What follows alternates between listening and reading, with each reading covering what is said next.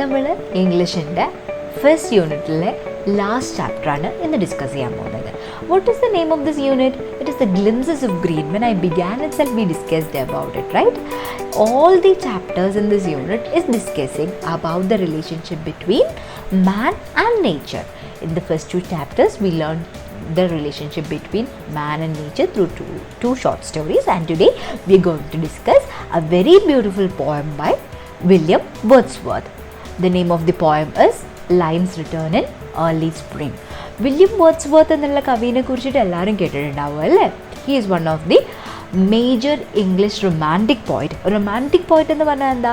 പ്രണയകാവ്യം എഴുതിയ കവി എന്നാണോ? No no no, it is not the reason meaning here. Romance is a different word and romanticism is a different word. Here in English, whenever we are telling he is a romantic poet, that means he belongs to the era of romanticism in English literature. Romanticism എന്ന് പറഞ്ഞു കഴിഞ്ഞാൽ that was a literary movement that happened in the late 18th century and early 19th century in Europe. ഒരുപാട് കവികൾ ആ കാലഘട്ടത്തിൽ ഉണ്ടായിരുന്നു. Romanticism എന്നാണ് ആ കാലഘട്ടത്തിന് വിളിച്ചിരുന്നത്. Keats, Shelley, Walter Scott, all of them were romantic poets and Wordsworth was one of the prominent names among them. ഈ റൊമാൻറ്റിസിസം അല്ലെങ്കിൽ റൊമാൻറ്റിക് കാലഘട്ടത്തിലെ കവികൾ എന്ന് പറഞ്ഞു കഴിഞ്ഞാൽ they were focusing on topics like nature, human beings, individuality, womanhood, അങ്ങനത്തെ ടോപ്പിക്കുകളിലെല്ലാമാണ് അവർ അന്നത്തെ കാലത്ത് ഫോക്കസ് ചെയ്തിരുന്നത്. When we are looking into Wordsworth's other poem also, we can see most of his poems are associated with the beauty of nature and man or human beings connection with the nature, whether it be the solitary reaper or daffodils. When you are going through his poems, we can learn about that. Just for your information, I just told this is not important for your, this is not a part of this poem, but however it is important to learn about the author. Now coming back to our poem, how is this poem or how is this chapter starting? This chapter is starting about with a question. Humankind is always in search of happiness that is far beyond our reach. What is the secret to this happiness? നമ്മളെല്ലാവരും ജീവിക്കുന്നത് എന്തിനാ? Ultimately നമ്മളെല്ലാം ചെയ്യുന്നത് നമ്മൾക്ക് സന്തോഷം കിട്ടാൻ വേണ്ടിയിട്ടാണ്. പക്ഷേ ഈ സന്തോഷത്തിലേക്കുള്ള ഒരു സീക്രട്ട് അല്ലെങ്കിൽ ഒരു രഹസ്യം എന്ന് പറഞ്ഞാൽ എന്താണ്? This poem will give you a slight answer to what real happiness and how can we find it, or how other creatures or living things in the nature is finding their own happiness, and how human beings are not able to find their happiness in that way. Let's directly go into the poem. Lines written in early spring. I heard 1,000 blended notes while in a grove I sate reclined, in the sweet mood when pleasant thoughts bring sad thoughts to the mind. I heard 1,000 blended notes എന്ന് പറയാണ്. So what is the poet doing? The poet is sitting reclined in a grove. Grove എന്ന് പറഞ്ഞാൽ എന്താ? It's A garden, തോട്ടം അല്ലേ? പൂന്തോപ്പ്, മാൻതോപ്പ് എന്നൊക്കെ നമ്മൾ പറയില്ലേ? മാവിൻ തോട്ടം, പൂന്തോട്ടം എന്നൊക്കെ പറയുന്ന പോലെ ഒരു തോട്ടം. He was sitting in a grove, he was sitting in a garden, he was reclining to a tree and he was relaxing there one fine day, and he was hearing a lot of blended notes. What is blended notes? He was sitting in a garden, so this blended notes would be the chirping of the birds. We learned in the first chapter in the Ruskin Bones chapter, right, in the banyan tree, when the boy was laying in his platform in the banyan tree, what he was hearing the chirping of a lot of birds. This chirping of a lot of birds is mentioned as blended notes by the author here. Blended notes, മിശ്രിതമായ ശ്രുതികൾ പോലെയാണ് അദ്ദേഹത്തിന് തോന്നിയത് ഈ കിളികളുടെ കളകളാരവം എന്ന് പറയുന്നത്. He was hearing 1,000 blended notes. See, these usages are called as audio images. In a poem, when the poet is using a word or a sentence to explain something auditory to us, ഇത് കേൾക്കുമ്പോൾ നമുക്ക് തന്നെ അത് കേട്ട ഒരു feel വരുന്നില്ലേ? So when a phrase in a poem is giving us an auditory feel, it is called as audio images or auditory imaging. That is a tool used in a poem. This poem, and most of Wordsworth's poems, he uses a number of different kind of poetic tools. This is one among that. So the poet was lying reclined into a wood or into a tree. He was sitting there comfortably and he was listening to 1,000 blended notes. Here you can see a word called sate, S-A-T-E. Sate is a past tense. Sat എന്ന് നമ്മൾ use ചെയ്യുന്ന വേർഡിലെ sit സാറ്റ്, ആ സാറ്റ് എന്നുള്ള വേർഡിൻ്റെ old ഇംഗ്ലീഷിലുള്ള വേർഡാണ് sate എന്ന് പറയുന്നത്. So sates meaning is sat, similar to sat. He was sitting there reclined. He sat there reclined. it is the same meaning, but when you're referring to say it in a New English Dictionary, its meaning might be something like satisfaction, gratification in the kolla meaning aayirikkum. But here, as he is an old poet, here the old meaning of say it is used. The though എന്നൊക്കെ നമ്മൾ Shakespearean ആക്ട്സിലൊക്കെ കേൾക്കാറില്ലേ. So those are the words from Old English. Even this say it is a word from an Old English and its meaning is sat. When you're referring to a new dictionary, you might get confused, but don't get confused. So he was sitting in a grove reclined, in that sweet mood when pleasant thoughts bring sad thoughts to the mind.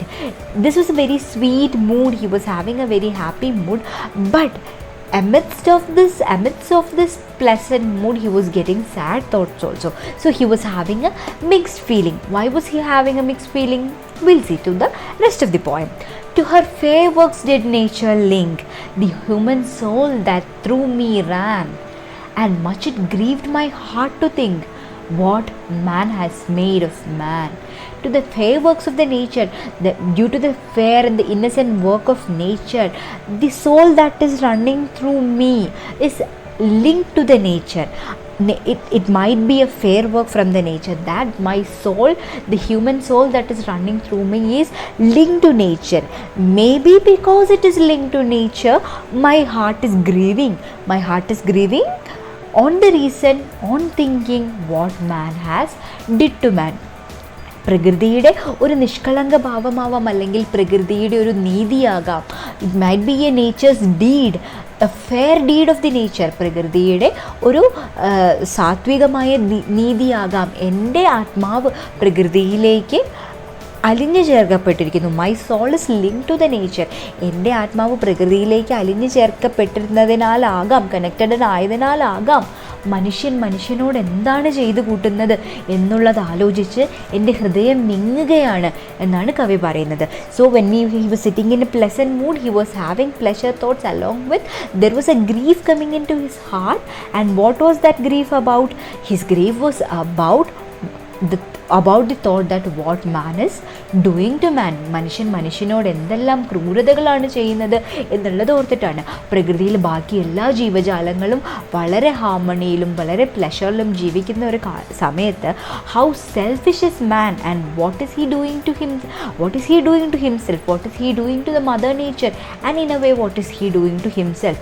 This is the biggest grief of the poet, and this is a very famous line and the most important line of this poem, what man has made of man. The next stanza, this is a quatrain. This poem is a quatrain. Quatrain means it is having 4 lines in each stanza. ഒരു stanza എന്ന് പറയുന്ന ഒരു പാരഗ്രാഫിനെ പോയമിൽ വരുമ്പോൾ we call it a stanza, and if there are 4 lines in a stanza, then those poems are called as quatrains. And you can see there is a rhyming pattern in this poem that is called AB, because the first line and the third line, the last word of the first line and the last word of the third line is rhyming to each other, and the last word of the second line and last word of the fourth line is rhyming to each other. എല്ലാ വേർഡ്സിലും നോക്കി, in the first paragraph you see blended notes, pleasant thoughts, I sat reclined, thoughts to the mind. അങ്ങനെ ഫസ്റ്റും തേർഡും സെക്കൻഡും ഫോർത്തും തമ്മിലാണ് rhyme ചെയ്യുന്നത്, and that pattern is called as AB rhyming scheme. Coming back to the lines, through the primrose tufts in that green bower the periwinkle trailed its wreath. Primrose nu പറഞ്ഞാൽ, the primrose is a beautiful yellow flower, so it's tuft means a bunch of primrose in that green bower. What is a green bower? When you go into a park or a museum and all where there is a garden, you can see green bow like structures, arch pole green creepers ingane പോകുന്ന ഒരു structure കണ്ടിട്ടില്ലേ? That is called as bower. വള്ളിക്കുടിൽ എന്നൊക്കെ പറയില്ലേ, like that. In an arch shape, in a bow shape, you can see green creepers wind each other and forming a shady place, that is called as a green bower. In a green bower, through that green bower you can see primrose tufts. ഈ മഞ്ഞ yellow small primroses ന്റെ bunches ഈ green bowerന്റെ ഉള്ളിൽ കൂടെ പിണഞ്ഞു കിടക്കുന്നത് കാണാം. And the periwinkle trailed its wreaths. So now that is a mixed bunch of yellow beautiful primroses and violet periwinkles trailed its wreaths. ഇങ്ങനെ പെണഞ്ഞ് കെട്ടി ഈ ഗ്രീൻ ബോവറിൻ്റെ ഉള്ളിൽ കൂടെ. Just imagine that a green lush green shady creepers growing there. Amidst that, you can see a lot of yellow and violet flowers forming a beautiful garland of each other. See, when we are reading through this line, we are getting a visual of a beautiful garden, right? This is called as visual imaging. Before we learned about auditory imaging or audio imaging. Now this is called visual images. This is another tool used in a poem. So the poet is defining or giving us an idea of how beautiful the place he is sitting. And what is he telling? And it's my faith that every flower enjoys the air it breathes. എനിക്ക് ഉറപ്പാണ് that I trust, I have a strong faith that every flower, this primrose, periwinkles and every flower in this garden enjoys each inhalation, each air it breathes. It is enjoying to the minimal thing. What is a minimal thing? നമ്മൾ ശ്വസിക്കുന്നത് നമ്മൾ അറിയാറ് പോലും ഇല്ല അല്ലേ? That is an involuntary process. Even that involuntary process, these flowers are enjoying even that involuntary process. Then what? The birds, he explained about the flowers and the bushes. Now he is explaining about the happiness of the birds or the gratitude of the birds and other creatures in the nature towards the nature. The birds around me hoped and played. Their thoughts I cannot measure, but the least motion which they made, it seemed a thrill of pleasure. The birds around him was hopping, jumping and playing. We can't think what, we can't understand or we can't even measure their thoughts. But one thing is for sure, that each minute moment of them had a thrill of pleasure. So each bird was hopping and jumping and playing around in happiness and in ecstasy. That he was sure, even though he can't measure the thoughts of the birds, he was very sure from its little moments that every bird hopping and chirping there is an ultimate thrill and pleasure. The budding twigs spread out their fan. What is a twig? Twig is a small branch coming out of a tree. He was feeling the small twigs or the small branches was popping out of the tree to catch the breezy air, and their fans were catching the breezy air. ഇതിൽ നിന്ന് വരുന്ന ഓരോ ചെറിയ നാമ്പുകളും, മരത്തിൽ നിന്ന് വരുന്ന ഓരോ ചെറിയ നാമ്പുകളും അതിലൂടെ പോകുന്ന കാറ്റിനെ മാടി വിളിക്കാൻ അല്ലെങ്കിൽ അതിനോട് ചേർക്കാനായി ശ്രമിക്കുകയാണെന്നാണ് കവി പറയുന്നത്. And I must think, do all I can, that there was pleasure there. എനിക്ക് ചിന്തിച്ചെത്താൻ പറ്റുന്ന all that I can think is that there was indeed pleasure there. There was pleasure for sure. So in the hopping and chirping birds, in the flowers that is blossomed, in the twigs that is sprouting out, anything you can see in nature, you can see pleasure and happiness everywhere there. If this belief from this heaven be sent, if such be nature's holy plan, innile ee thoughts, this poet is having a lot of belief that everything in this nature is in harmony, happiness and pleasure.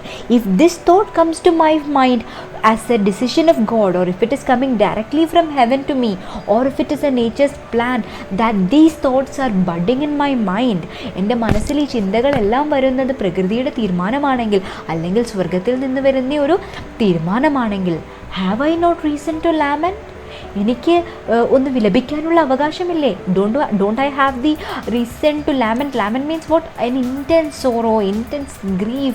Don't I have the right to worry? Don't I have the, if these thoughts are coming to me, if I can see the pleasure and happiness in everything in nature, don't I have the reason to worry on thinking what man has made of man?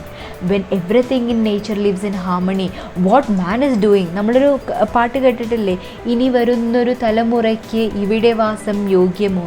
ആ പാട്ടിൻ്റെ വരികൾ ശ്രദ്ധിച്ചാൽ നമുക്കറിയാം, what are we doing to the nature? We are mining, we are digging, we are deforestrating, we are cutting off the trees, we are digging, we are spoiling the water bodies, we are polluting the air. ഈ പ്രകൃതിയോട് എന്തെല്ലാം നാശം ചെയ്യാമോ, what and all trouble we can do to the nature, we are doing. We are exploiting it for our selfish deeds. We are not thinking about the generations to come. We are not thinking about the other living creatures there. We are not thinking about the plants or animals or anything there. Man is doing everything for his selfishness, and is even without realizing that he is harming himself. He is harming himself. He is making a heavenly place, a heavenly nature to a hell in which he will be unable to live tomorrow. So the poet, in a place, a part of his heart is happy, is enthralled, and is fulfilled to see the happiness and most beautiful things happening in the nature. The other part of his heart is grieving, his intense grief, in intense sorrow, thinking about how man is spoiling this and what will be tomorrow. So the poem ends in this note. In the grief he is having, I have all the right, when I can see the pleasure in the nature of other living beings, I do have the rights to grieve on what man has made of man എന്ന് പറഞ്ഞിട്ടാണ് നമ്മുടെ poem end ചെയ്യുന്നത്. ഈ what man has made of man എന്നുള്ള ആ ഒരു സെൻറ്റൻസിൽ you can see that syllabi repeating man has made of man. So such repetition are called as alliteration, which is another tool used in this poem. So this is such a beautiful small poem, very clear, it is not much complicated, very clear lines and very clear meaning. So read through the poem and understand through the meaning, understand the poet's grief. Along with reading and understanding the poem, answering the questions, we should take the moral of the poem also. We, being the human being, we shouldn't make this a worser place. Try to make our nature and our world a better place to live. അങ്ങനെ നമ്മളുടെ പ്രകൃതിയെയും നമ്മുടെ ലോകത്തിനെയും നമ്മൾക്ക് ജീവിക്കാനായിട്ട് കുറച്ചും കൂടി ഒരു നല്ല ഇടമാക്കാൻ നമ്മളും ശ്രമിക്കണം എന്നുള്ളതാണ് നമ്മൾ ഈ പോയത്തിൽ നിന്ന് മനസ്സിലാക്കേണ്ട മോറൽ.